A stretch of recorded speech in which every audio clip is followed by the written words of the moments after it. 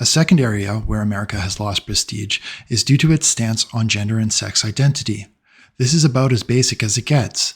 In my mind, this is the level of high school or early post-secondary education. I don't want to talk about religion in a show about pharmaceuticals and healthcare, but in this case, I think it is necessary to touch on it briefly because it seems to be influencing healthcare policy. We need to remember here that the Trump administration is appealing to a certain voter base, and that a sizable portion of that base derives from people with a conservative Christian point of view. In the Bible, Genesis 1:27, it says, "So God created mankind in his own image, and the image of God he created them. Male and female, he created them." If you wanted to take this literally, then one possible interpretation of this is that God created two sexes, male and female, that's it. Another possible interpretation is that there are two sexes, but there could be something more to the story than that. It just so happens that what's more isn't mentioned explicitly in the Bible.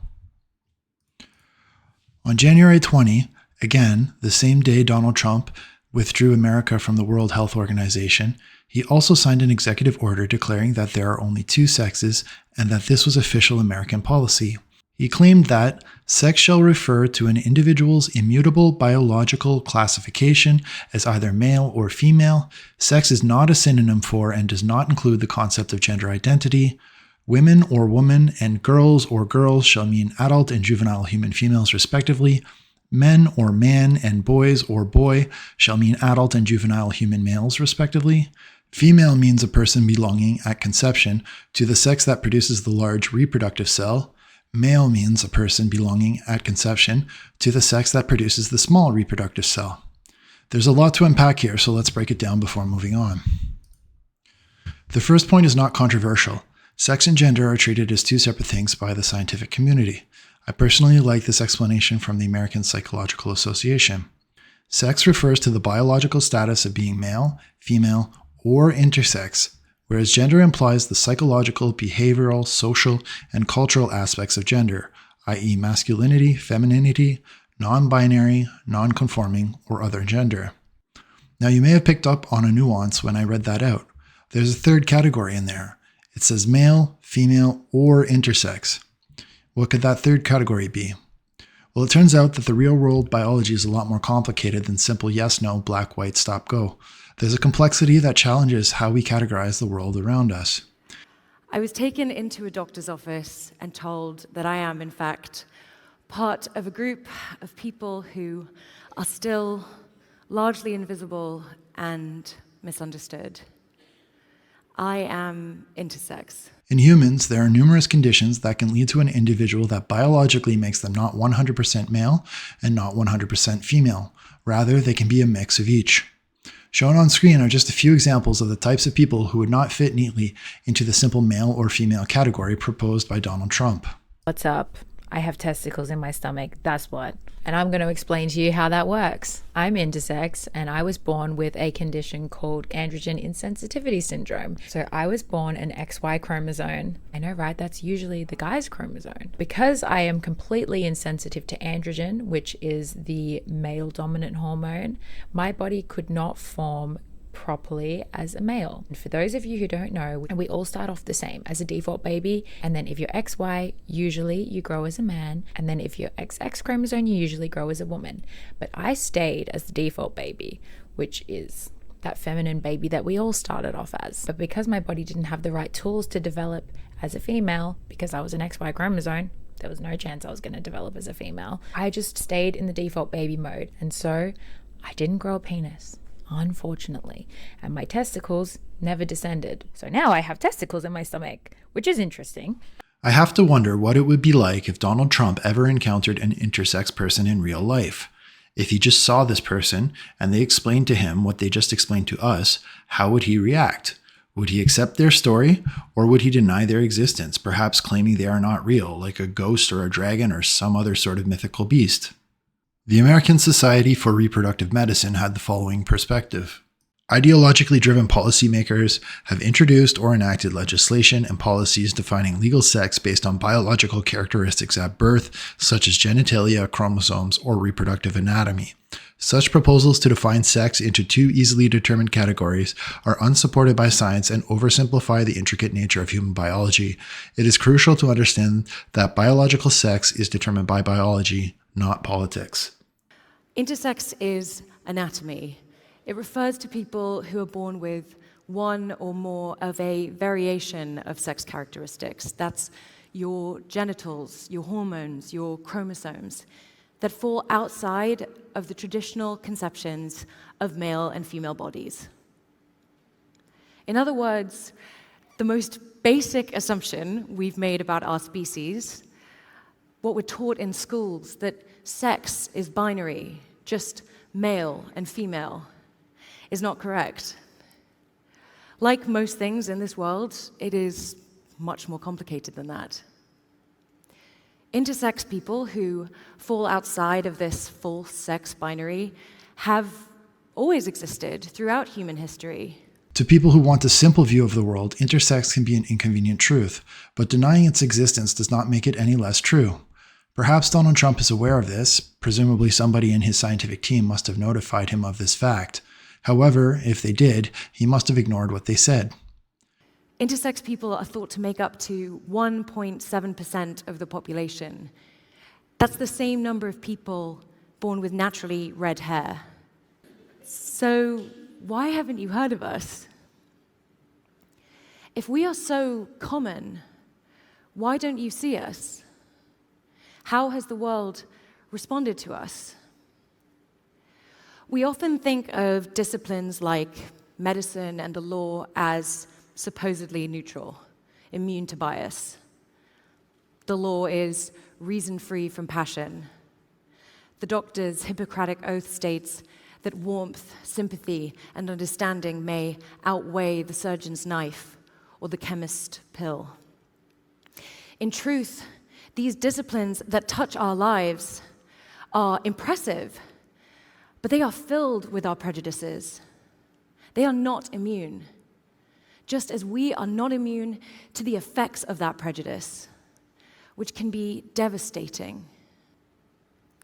In the law, intersex people fall outside of categorization and, more importantly, protection. This concerns the banal tasks, if you can imagine the number of forms you filled out that you had to check M or F on, to lacking protection under any law. I am not here to say that the categories of men and women don't exist. I'm saying, like most things in this world, it is more complicated than that. The world is complex, and we can choose to see that as beautiful, or we can choose to continue to deny the existence of that complexity, push people into artificial binary boxes, fix what isn't broken, and restrict our own field of vision. Let's try to put ourselves in Trump's shoes, so to speak, and imagine what he might have been thinking. Perhaps he's just not a very good student of biology and genuinely has trouble understanding these concepts. We all have strengths and weaknesses. I'm not an accountant, and you probably don't want me doing your taxes. Likewise, Trump is not a biologist, so you probably don't want him giving you a lecture on biology. A second possibility is that Trump really does know that there's intersex, but he simply doesn't want to acknowledge it because he thinks just talking about man and woman, as is explicitly mentioned in the Bible, will appeal to his voter base. A third possibility is that Trump wants to streamline the administrative paperwork. If people have to be assigned to one category or another, male or female, from an administrative point of view, it may make it easier for government and other organizations to manage their records. Intersex people are relatively rare, so perhaps officials think forcing people into male or female categories works good enough for most situations. It's a weak argument, but I'm doing my best here.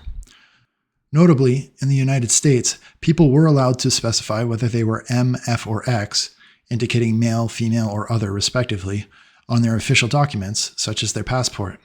Moving forward, this is not being accepted, at least not at the federal level. People make mistakes, but my view is that Trump is likely aware of intersex people, he just chooses not to acknowledge them. In other words, he is denying reality. To onlookers in the scientific community, this can undermine the credibility of American research. From a research point of view, If the government does not acknowledge the existence of intersex people, then population surveys will not collect statistics on intersex people. From an American perspective, we simply have an absence of data on them and their healthcare needs. This intentional blind spot makes it even harder for the general population to recognize the existence of intersex people. Now, here's where it gets really interesting. Before we move forward, let's take a step back. When Donald Trump decided to sign his executive order declaring there's only male and female, he was almost certainly influenced by someone named Charlie Kirk. You may have heard of him. He was a founder of Turning Point USA and the public face of the organization, one which has been estimated to be active on, quote-unquote, over 3,500 campuses and, quote-unquote, with over 1,000 high school clubs. Here's his thoughts on trans people. The one issue I think that is so against our senses, so against the natural law, and dare I say, a throbbing middle finger to God, is the transgender thing happening in America right now. We are in a church, and so it's important to remember Deuteronomy 22:5, a woman shall not wear a man's garment, nor shall a man put on a woman's cloak. For whoever does these things is an abomination to the Lord your God. Trans people are those who start as one sex but identify with another, and who may take surgery or medicines to better align their physical characteristics with their psychological perceptions, their gender. In the medical community, this is known as gender-affirming care. An LGBTQ+ news site called Pink News commented that Charlie Kirk encouraged the Republican candidate Donald Trump, who would go on to win the election in November and subsequently sign a raft of anti-trans executive orders, to campaign on the issue. Here's some additional footage of Charlie Kirk in 2024, just prior to Trump's election, explaining his anti-trans pitch.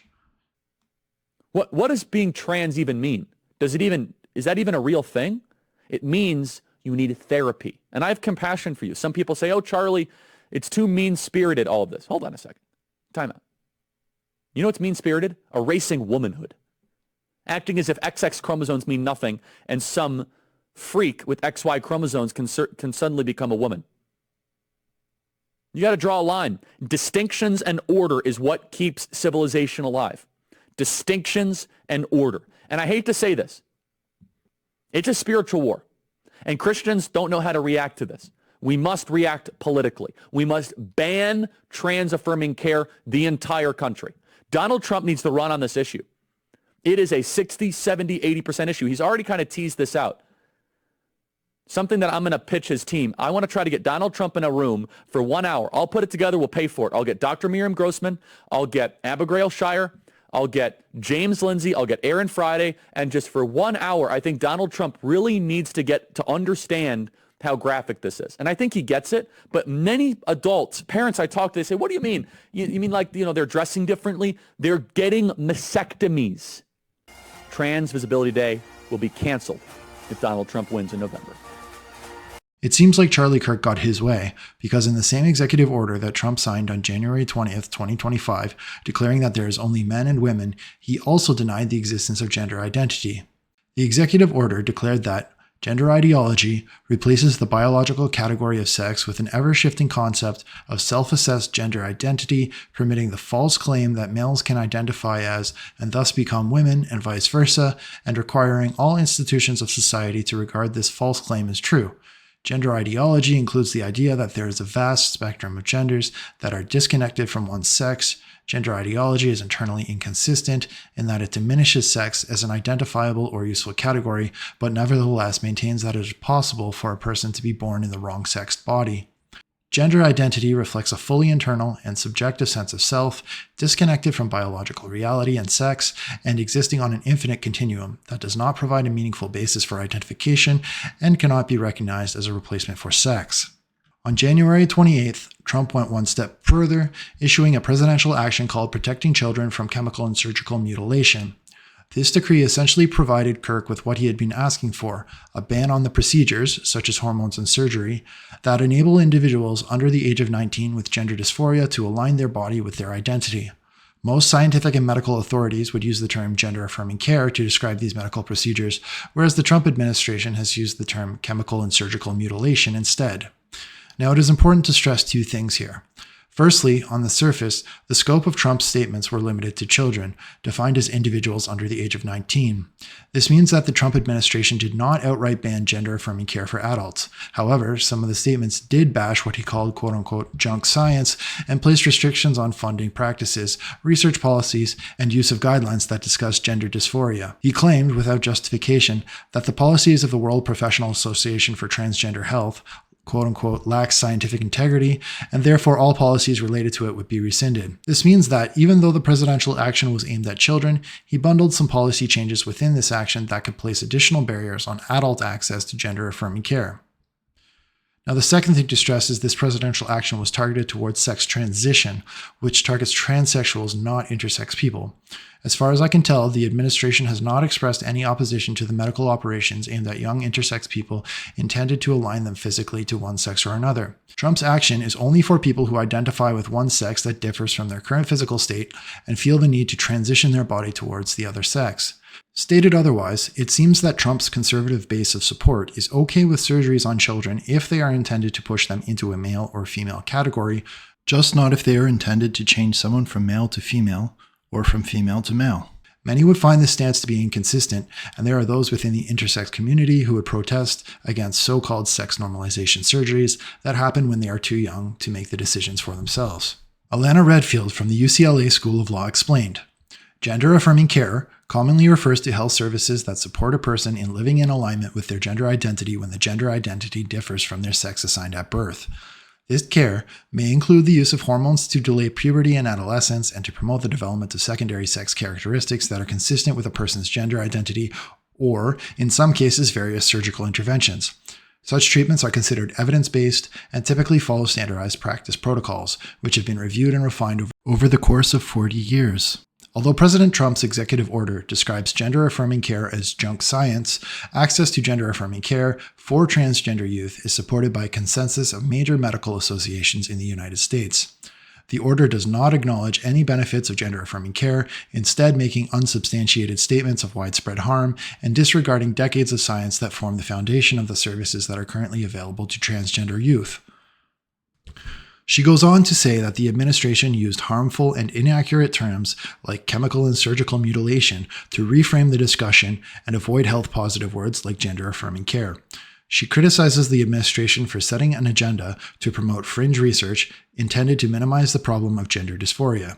She also notes that the order directly threatens the federal funding of scientific publications that use gender identity language, like the International Classification of Diseases and the Diagnostic and Statistic Manual of Mental Disorders, 5th edition. In other words, the administration is telling the scientific community to cook up data that supports the conservative ideology, or else they risk losing access to funding. I don't have time to cover all the details of her report here, but I encourage you to read it for yourself. The stance taken by the U.S. administration on sex and gender identity does not seem to be based on science. Rather, it seems to be based on a very limited interpretation of theology and in-group loyalism to Trump's far-right political base of support. In his typical realpolitik way, Trump made a deal with Kirk to denounce gender identity and transgender people. This helped Trump to secure the votes of Kirk's supporters, which he relied on to become president.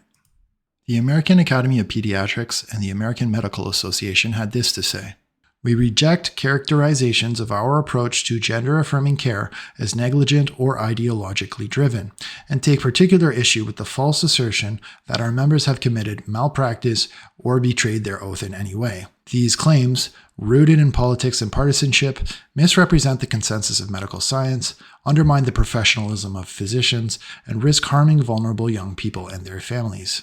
Our organizations remain committed to continuous assessment of medical practices and approaches to all fields of medicine, including healthcare for transgender and gender diverse people.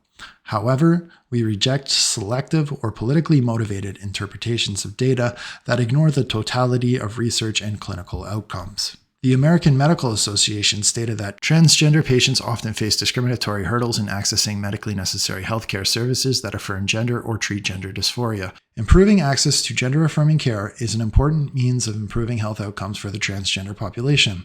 Receipt of gender-affirming care has been linked to dramatically reduced rates of suicide attempts, decreased rates of depression and anxiety, decreased substance use, improved HIV medication adherence, and reduced rates of harmful self-prescribed hormone use. The American Medical Association supports public and private health insurance coverage for treatment of gender dysphoria and opposes the denial of health insurance based on sexual orientation or gender identity. The World Professional Association for Transgender Health said, "We are disappointed with the latest executive order. Policies that restrict or ban access to necessary medical care for transgender youth are harmful to patients and their families. Transgender youth need comprehensive, individualized, family-based care from multidisciplinary teams. Healthcare decisions should be made by patients, families, and their healthcare professionals, guided by evidence-based practices, clinical guidelines, and individual needs, rather than government mandates." Because of Trump's directives, the US government has been purging data and guidance from its healthcare records, removing anything that acknowledges gender identity. Facing top-down pressure from the Trump administration, the CDC began to remove national databases on sexual orientation and gender identity, including the Youth Risk Behavior Surveillance System and the Social Vulnerability Index. Additionally, any websites that mentioned gender identity were at risk of being pulled. Eventually, a court order forced the administration to restore certain web pages, but the administration did so reluctantly and in protest put a disclaimer at the top of the page, discrediting the rest of the information on the page. Here's a disclaimer for the Youth Risk Behavior Surveillance System. Disclaimers found on other websites were similar. The administration wrote that promoting gender ideology is extremely inaccurate and disconnected from the immutable biology that there are two sexes, male and female. It goes on to say that the Trump administration rejects gender ideology and condemns the harms it causes to children by promoting their chemical and surgical mutilation, and to women by depriving them of their dignity, safety, well-being, and opportunities. This page does not reflect biological reality, and therefore the administration and this department rejects it. Now imagine a user viewing such a web page and seeing the contradictory information. The top of the page says everything below is rubbish and makes a claim that there's only two sexes and that gender identity is a sham, and that the rest of the page goes on to talk about those as if the disclaimer was not there. As a patient or healthcare provider viewing their website, this creates a confusing environment. You may wonder if the information can be trusted, if that information is even available. It could be unclear as to what medications are safe and effective in patients who are intersex or transgender, and for them, it could literally be a matter of life and death. This deliberate concealment or discrediting of knowledge can lead to harmful health outcomes for these vulnerable populations. To medical professionals, this discordance makes the American healthcare system look disorganized and unreliable and directly hurts the prestigiousness of American health institutions. I encountered this directly while working on an HIV education project for one of my clients. For years, I've trusted and relied on the medical information from American healthcare institutions. I went to a public-facing website from the CDC for information on best practices in treatment of HIV. Right at the top, I saw the same disclaimer that was on the websites for the national databases. I immediately began to question what information could and could not be trusted. In the end, I decided not to use the information on the American website, and instead I looked for other sources, in this case European health authorities, for information on HIV to cite. This micro example showcases how these changes that are happening can cause the American healthcare institutions to lose their relevance on a global stage. If you've been following the news, then you'll know that the conflict between the pro and anti-trans views came to a breaking point, or at least so it would seem. On September 10th, 2025, Charlie Kirk was assassinated. Right-leaning conservatives decried that his death was a direct attack on free speech in America. Left-leaning liberals and those who supported trans people viewed Kirk as someone who promoted hate speech and whose actions had directly limited the rights of others to gain access to gender-affirming care. Generally, the media said that regardless of whether you agreed with Kirk or not, he should not have lost his life over his views. But what did the assassin think? The leading suspect is Tyler Robinson, and there is compelling evidence that he is guilty of the assassination. So far, we don't know all the details of his motive, but Tyler Robinson is up for trial and, if convicted, faces the death penalty. His trial date has not been set, but if and when the trial actually happens, I would not be the least bit surprised if he cited the anti-trans sentiment from Kirk, which ultimately bridged into the US healthcare policy through Trump. The BBC reports that Tyler Robinson was in a romantic relationship with a roommate who was a biological male and transitioning from man to woman. His roommate was named Lance Twiggs. International Business Times reported that Twiggs, who is transitioning, has allegedly been radicalized by an intense hatred for conservative and Christian values, a far cry from his upbringing in a strict Mormon household. It's not explained how he was allegedly radicalized or what he hated specifically, but it is likely that it was in opposition to the anti-trans views that have been championed by Charlie Kirk. On the day of the shooting, the assassin, Robinson, texted his roommate, Twiggs, providing a glimpse into why he killed Charlie Kirk. His message? I had enough of his hatred. Some hate can't be negotiated out. If Robinson is found guilty and sentenced to death, then Kirk, representing the far right, and Robinson, presumably representing the far left, will both be dead. Could they be viewed as soldiers dying in a war over America's gender and sex-based health policy? Regardless, people within the country and without can see that there's something rotten in the state of America. This could just be the beginning of a much larger and ongoing conflict, as there has been no concrete resolution to the core issues at play that could satisfy both sides of the American political spectrum.